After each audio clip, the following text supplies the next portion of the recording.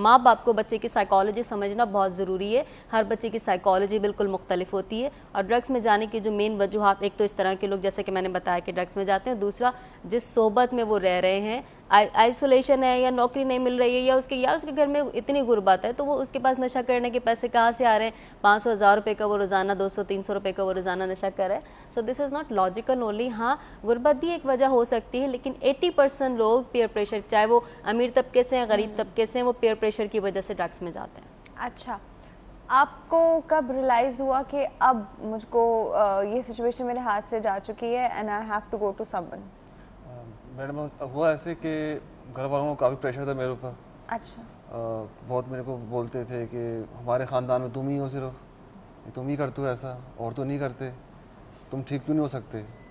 تو ہوتا یہ تھا کہ میں چھوڑ دیتا, 1-2 دن چھوڑا میں نے. یہ بات آپ کے لیے امپورٹنٹ بھی ہوتی تھی اس وقت؟ بہت امپورٹنٹ ہوتی تھی, لیکن اس وقت مجھے اویئرنیس نہیں تھی اس بارے میں کس طرح اس سے گیٹ ریڈ کرنا ہے, اس سے آؤٹ ہونا ہے اس سے. تو جیسے مجھے وڈرال ہوا اس کا, تو اس کے بعد یہ ہوا, وڈرال کے بعد ہوتا یہ تھا کہ 2 دن کے بعد 3 دن کے بعد میں دوبارہ جا کے وہ ڈرگ لے لیتا تھا. لیکن پھر مجھے ایک دوست نے میرے بتایا کہ ایک ادارہ ہے نیو ہورائزن کے نام سے, تو وہاں پہ آپ جائیں اور وہاں جا کے آپ ان سے کچھ ڈاکٹر تھے, وہاں جا کے بات کریں, اپنی ایڈکشن کے بارے میں جا کے بتائیں, اپنی جو آپ کو جو میٹرز ہیں ان کے بارے میں جا کے بتائیں, شاید آپ بھی کچھ ہیلپ کر سکیں. تو میں وہاں پر گیا تو انہوں نے مجھے ٹریٹمنٹ دیا. ٹریٹمنٹ کے بعد میرے فیملی کو کال کیا, فیملی آئی, ان کو سمجھایا کہ اس طرح رویہ رکھیں, یہ اس طرح رہے گا اور یہ ٹھیک ہو سکتا ہے, یہ نہیں کہ ٹھیک نہیں ہو سکتا, اور نارمل زندگی میں بھی آ جائے گا, اور اچھے جیسے لائف پہلے گزارا تو اس سے بھی اچھی گزار سکتا ہے. تو اس ادارے میں آنے کے بعد مجھے کافی ہیلپ ہوا, اور مجھے یہ سمجھ میں آیا کہ how to get rid of addiction, اور کس طرح ہے to get healthier life, better healthier life. اچھا, ایک بات, جب یہ آپ کے پاس آئے یہ کس مینٹل اسٹیٹس میں تھے اس وقت؟ یہ بڑا انٹرسٹنگ سچویشن ہوتی ہے. I am not a doctor, so I do not directly work with the clients or the patients. انہوں نے آ کے کیا کس طرح اپنے آپ کو پریزنٹ کیا؟ میں اس لیے نہیں کہہ سکتی کیونکہ میں نے ان کو ڈائریکٹ ڈیل نہیں کیا. ہاں, جس میڈیکل ڈاکٹر نے, جس کلینکل سائیکالوجسٹ نے ان کو ڈیل کیا, میں ڈائریکٹلی فیملیز کو ڈیل کرتی ہوں. I can talk about his family. اچھا, فیملی کا بتائیے. دیکھیے فیملی جب آتی ہے تو فیملی سب سے پہلے ڈسفنکشنل ہوتی ہے. فیملی سمجھتی ہے کہ یہ جو پیشنٹ ہے نا, اس کے ساتھ سارا پرابلم ہے, لیکن اس کے ساتھ رہتے رہتے ان کے جو بیہیویئرس خراب ہو جاتے ہیں وہ اس کو آئیڈینٹیفائی نہیں کرتے ہیں.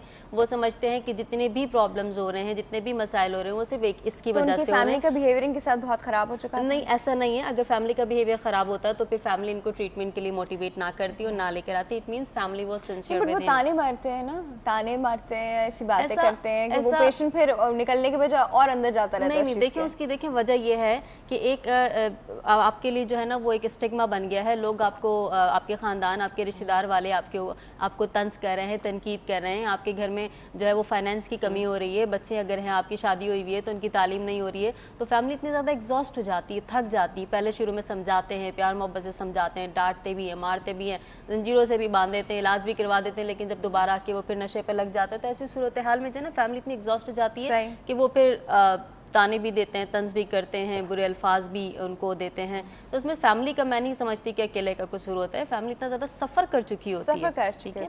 تو سملرلی ان کی فیملی بھی چونکہ کافی بیہیویئرس کی وجہ سے جو پرابلمس تھے, لوگ تانے دے رہے ہیں, باتیں کر رہے ہیں, سفر کیا تھا. لیکن جب ہمارے پاس آتے ہیں تو ہم سب سے پہلے فیملی کو جس ایجوکیشن پروسیس میں لیتے ہیں اس میں فیملی کو یہ سمجھاتے ہیں کہ دیکھیں یہ ایک بیماری ہے, اس کو بیماری سمجھیں, اور اگر آپ اس کو بیماری سمجھیں گے تو اس کو ایک بیمار شخص کی طرح ڈیل کریں گے, ٹھیک ہے. تو یہ ایک جو تھاٹ ہوتی ہے ان کی ڈیولپ کرنا ضروری ہوتی ہے. اس مین وائل وہ اپنے بیہیویئرس بھی ٹھیک کریں.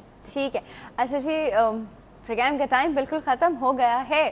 یہاں پہ صرف یہ آپ کو بتانے کا مقصد تھا, سنس ہمارا ڈرگ ابیوز ڈے ہے, وہ یہ ہے کہ اگر کسی بھی انسان کو کسی بھی چیز کی ایڈکشن ہے, جو کہ اٹس اوکے, اگر ہو گئی ہے تو ہو گئی ہے, need to accept it, but accept اس طرح کے you need to get out of it. اور ہر طرح کی ایڈکشن کا علاج موجود ہے, تو آپ آرام سے بغیر کسی شرم کے, بغیر کسی اس کے, آپ کسی بھی ان کے سینٹر میں یا ان جیسے جتنے سینٹر کام کر رہے ہیں وہاں جا کے اپنا علاج کروائیں, اپنی زندگی امپروو کیجیے, اپنی زندگی کی کوالٹی امپروو کیجیے. ایک ہی لائف ہے جی, اس کو اچھے سے گزاریے.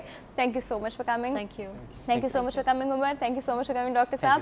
ویورز, وقت ہو گیا ہے پروگرام ختم ہونے کا. یہاں آپ ہمیں ای میل کر سکتے ہیں healthymorning@health-tv.tv, اور فیس بک پہ بھی آپ ہم سے بات کرتے ہیں ہیلدی مارننگ ود ڈاکٹر رافع کے پیج پہ بھی. کل ہم پھر حاضر ہوں گے ایک اور اچھے سے ٹاپک کے ساتھ, اچھی باتوں کے ساتھ, اچھی ٹپ کے ساتھ. اور